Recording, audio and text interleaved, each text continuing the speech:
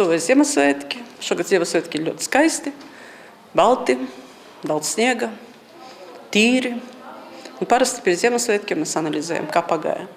Iepriekšējais gads, ja runāt par novadu, es domāju, ka viņš bija veiksmīgs gads, kaut bija apgrūtināts ar lielu problēmu. Pavasarī plūdi, vasarā ugunsgrēks, rudenī atkal vētra, bet novadā, es domāju, ka mēs visas jautājumus, kur bija jārisinā, mēs atrisinājām.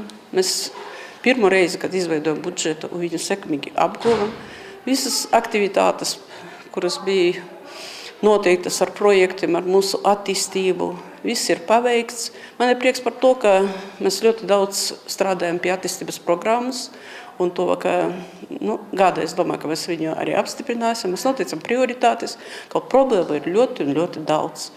Ir uzsakts liels darbs pie māju apsaimniekošanas, tas ir ļoti svarīgs katram iedzīvotājiem jautājums.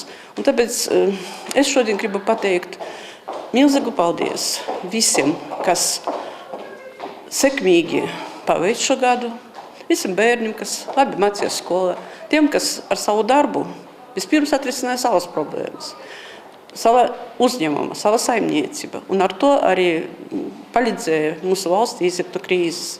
Es gribu šodien pateikt arī paldies tiem, kas strādāja īpaši simtotnieku programmu, jo ar viņu palīdzību droši vien, ka mums izdevās izdarīt mūsu novadu drusciņ tīrāku, drusciņ skaistāku, pievilcīgāku. Un es saprotu, ka tādā veidā mēs varam atrisināt arī citas sociālas problēmas.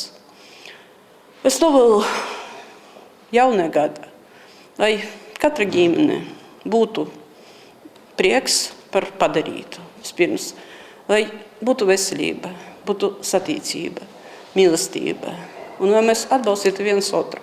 Un, protams, gribētu novēlēt, lai Ziemassvētki būtu gaiši. Ja mums ir gaišums sirdī, tad mūsu noskaņojums, mūsu attiecības ir daudz sirsnīgākas, un mēs varam izdarīt daudz vairāk.